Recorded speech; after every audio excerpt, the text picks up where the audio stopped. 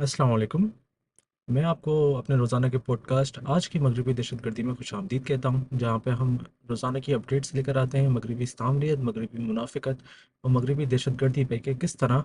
अभी भी मगरबी मुल्क बशमूल अमरीका, बरतानिया, ये सब एक इस्लामियत के माइंडसेट पे, एक इंपीरियलिस्ट माइंडसेट पे किस तरह दुनिया पे कब्ज़ा करना चाहते हैं और अपना कब्ज़ा रखना चाहते हैं।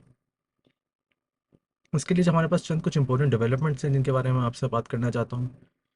सबसे पहली डेवलपमेंट तो ये कि मिस्र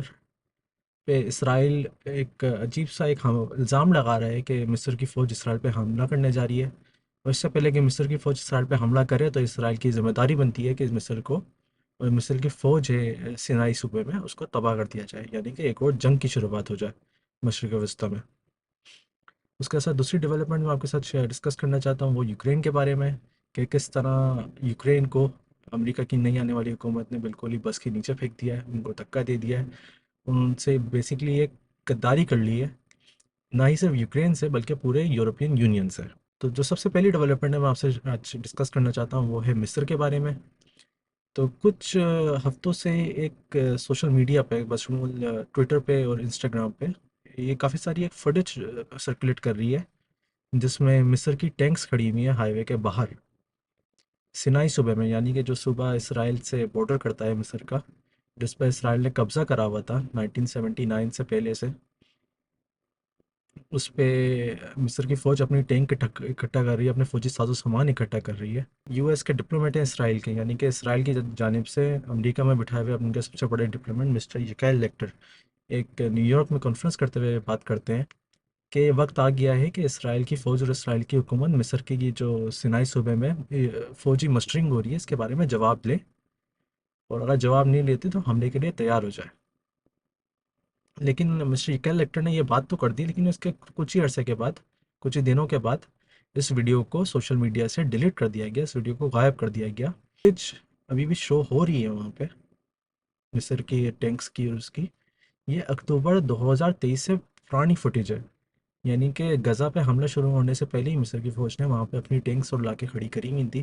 बल्कि ये काउंटर टेररिज्म एफर्ट है मिस्र का, उनके जो दहशतगर्द ग्रुप हैं बशमूल मुस्लिम ब्रदरहुड, उन पे हमला करने के लिए। लेकिन जो इस्राएली मीडिया है वो इस बात को घुमा फिरा के इस तरह से शो कर रहा है कि मिस्र हमला करने वाले एक मास हिस्टीरिया पैदा कर रहा है अमेरिका के अंदर भी, बरतानिया के अंदर भी, इसराइल के अंदर भी, कि इसराइल के ऊपर एक और हमला होने वाला है और एक और जंग होने वाली है। और मिस्र पे इस बात का जस्टिफिकेशन है कि मिस्र पे हमला हो जाए और मिस्र को किसी तरह रोक दिया जाए। मिस्र के जो अभी मौजूदा डिफेंस मिनिस्टर हैं मिस्टर अब्दुल मजीद साकिर, अब उन्होंने एक आके एक स्टेटमेंट दिया है एक अजीब सा, कि वो चाहते हैं कि मिस्र की जो थर्ड फील्ड आर्मी है वो एक ऑपरेशनल रेडीनेस रखे, एक जंगी तैयारी रखे या जंगी हालात की तैयारी रखे। चूँकि डोनाल्ड ट्रम्प ने जो अपना प्लान अनाउंस करा है कि गज़ा के लोगों को ज़बरदस्ती वहाँ से निकाल के मिस्र में शिफ्ट कर दिया जाएगा, तो उसके खिलाफ एक पोस्टरिंग की जा रही है, एक पॉलिटिकल पोस्टरिंग की जा रही है। लेकिन जो कि इस मामले से वाकिफ़ हैं, जो कि मिस्र के और इसराइल के वाक़ये से वाकिफ़ हैं, वो ये जानते हैं कि मिस्र की फ़ौज को इजाज़त नहीं है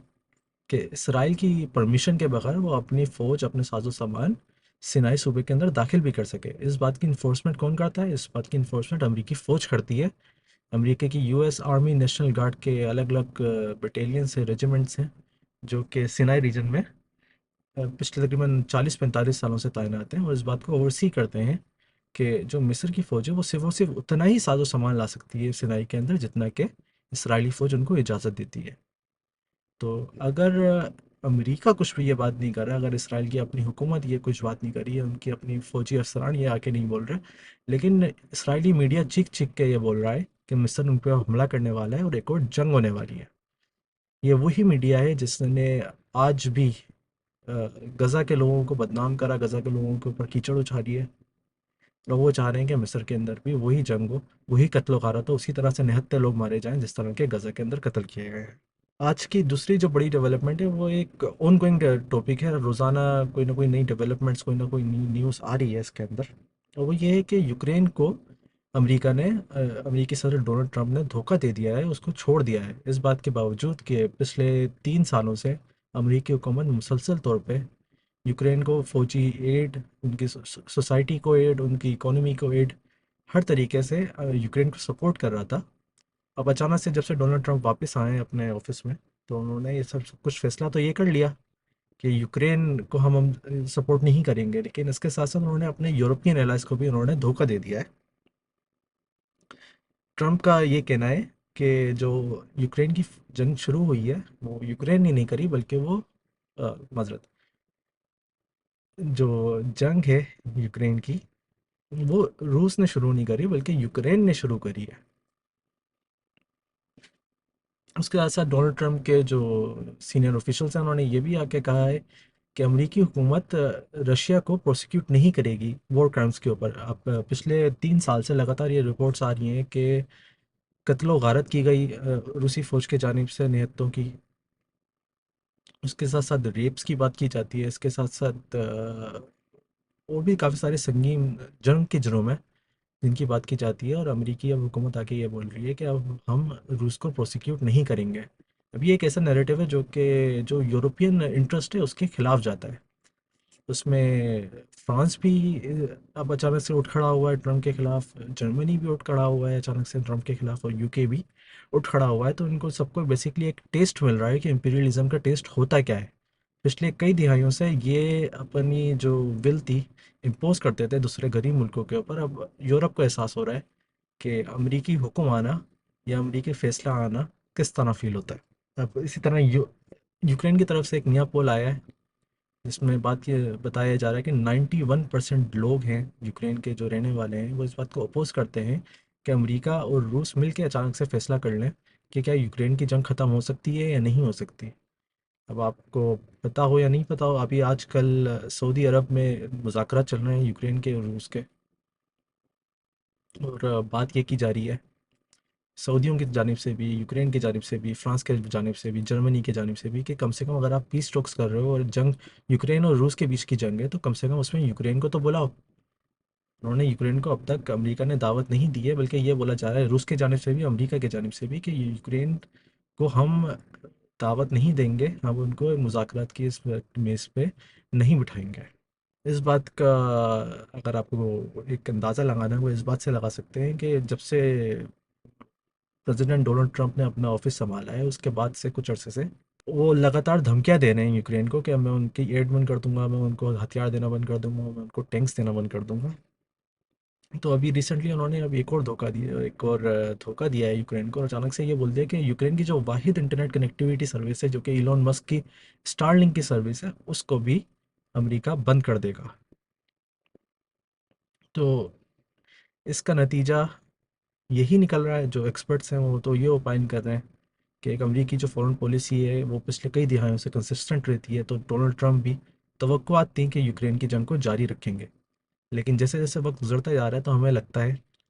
कि यूक्रेन की जंग अपने आखिरी मराहिल पे है, बल्कि यूक्रेन को ज़बरदस्ती एक फोर्स्ड एक इम्पीरियलिस्ट सोल्यूशन उनको एक्सेप्ट करना पड़ेगा,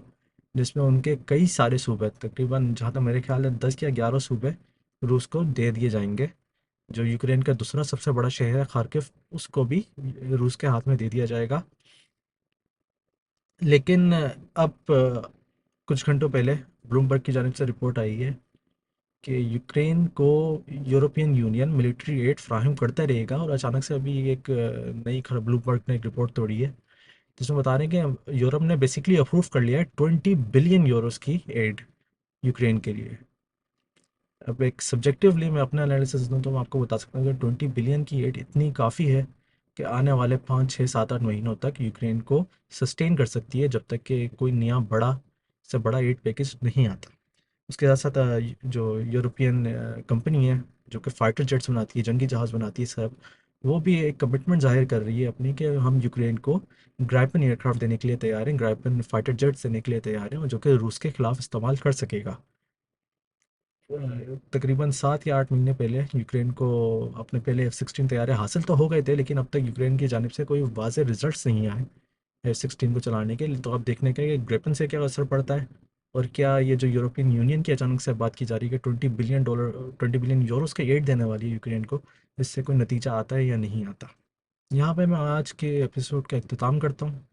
उम्मीद है आपको मेरी सहावत पसंद आई हो। हम मगरबी इस्लामियत के ऊपर, मगरबी दहशतगर्दी के ऊपर उसके खिलाफ आवाज़ उठाते रहेंगे।